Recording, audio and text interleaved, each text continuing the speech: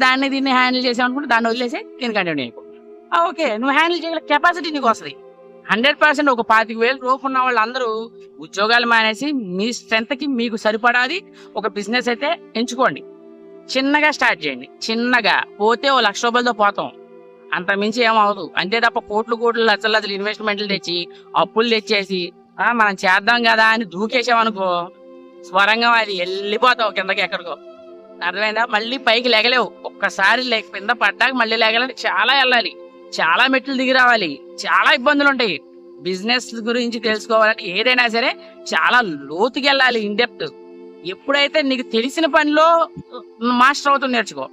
నీకు పలానా పని తెలుసు అనుకోండి, చెప్పులు కొడతామే నీ పని అనుకో, అందులో నువ్వు మాస్టర్ అయిపోవాలి. చెప్పు ఎక్కడ వచ్చింది, ఎలా తగిరింది, దాని గురించి నువ్వు 10 నిమిషాలు మాట్లాడాలి. అంత డీటెయిలింగ్ ఉండాలి, అంత క్షుణ్ణంగా ఉండాలి. ప్రతి ఒక్క ప్రాబ్లం నువ్వు తెలుసుకోవాలి. అంటే ఎగ్జాంపుల్ కోసం చెప్పా. ప్రతి బిజినెస్ టాప్ టు బాటం అందులో ఉన్న లాస్లు ఏంటి, ఇబ్బందులు ఏంటి, ఏమేమి ప్రాబ్లమ్స్ వస్తున్నాయి ఏంటంటే అన్నీ నువ్వు నేర్చుకోవాలి. అన్నీ నేర్చుకోవాలంటే ఇంట్లో కూర్చుంటే అవ్వదు, యూట్యూబ్ వీడియోస్ అయితే అవ్వదు. బిజినెస్ స్టార్ట్ చేస్తేనే తెలుస్తుంది. బిజినెస్ స్టార్ట్ చేయకుండా మనం ఏమైనా చేసామనుకో నేర్చుకోలేము. ఎవ్వరు చెప్పరు. నేను కూడా యూట్యూబ్లో 0.011% మాత్రమే చెప్పాను. ఇంకా బిజినెస్ గురించి ఎవరైనా తెలుసుకోవాలి, చేపల చెరువుల గురించి అంటే స్క్రీన్ పైన నా నంబర్ ఉంది, అక్కడ నుండి మీరు ఫోన్ చేసినట్టయితే మీతో మాట్లాడడం జరుగుతుంది. మా తర్వాత జాబ్ మానేసాం, చేపల చెరువులో అయితే దిగిపోయాం, ఫుల్గా దిగిపోయా. 20 సెంట్లతో మొదలు పెట్టాను నేను. ఈ రోజు ఒక 20 ఎకరాల కల్చర్ని అయితే చేయగలను.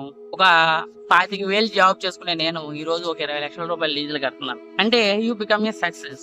లైఫ్ లో సక్సెస్ అవడం అంటే ఏముండదు బ్రో. ఒకటి, నీ చేతిలోకి డబ్బులు వస్తే ప్రతి నెల నువ్వు సక్సెస్. అదే ప్రతి నెల డబ్బులు రాకుండా ఉంటే నువ్వు ఫెయిల్యూర్. ఇంతే. ఇదే సక్సెస్ అంటే, జనాలకు ఉన్న సక్సెస్ అంటే ఇదే. ఇంకో విషయం ఏంటంటే నెలకు ఒక 20,000 జాబ్ చేసే సక్సెస్. అదే నువ్వు ఖాళీగా రోడ్డు అంటే తిరిగితే ఫెయిల్యూర్. అంతే. ఫైనల్ గా ఏంటంటే నీ చేతికి డబ్బులు వచ్చాయా అప్పుడే నువ్వు సక్సెస్, డబ్బు రాలేదా నువ్వు ఫెయిల్యూర్. ఈ సొసైటీ కూడా మనల్ని అలాగే చూస్తుంది. మనం అందరం ఒక దిక్కుమాలిన సొసైటీలో బతుకుతున్నాం. సో వీళ్ళందరూ మైండ్ సెట్లు అదే ఉంటది. సక్సెస్ అంటే డబ్బు రావాలి. మనం అందరం డబ్బు చుట్టే పరిగెస్తాం.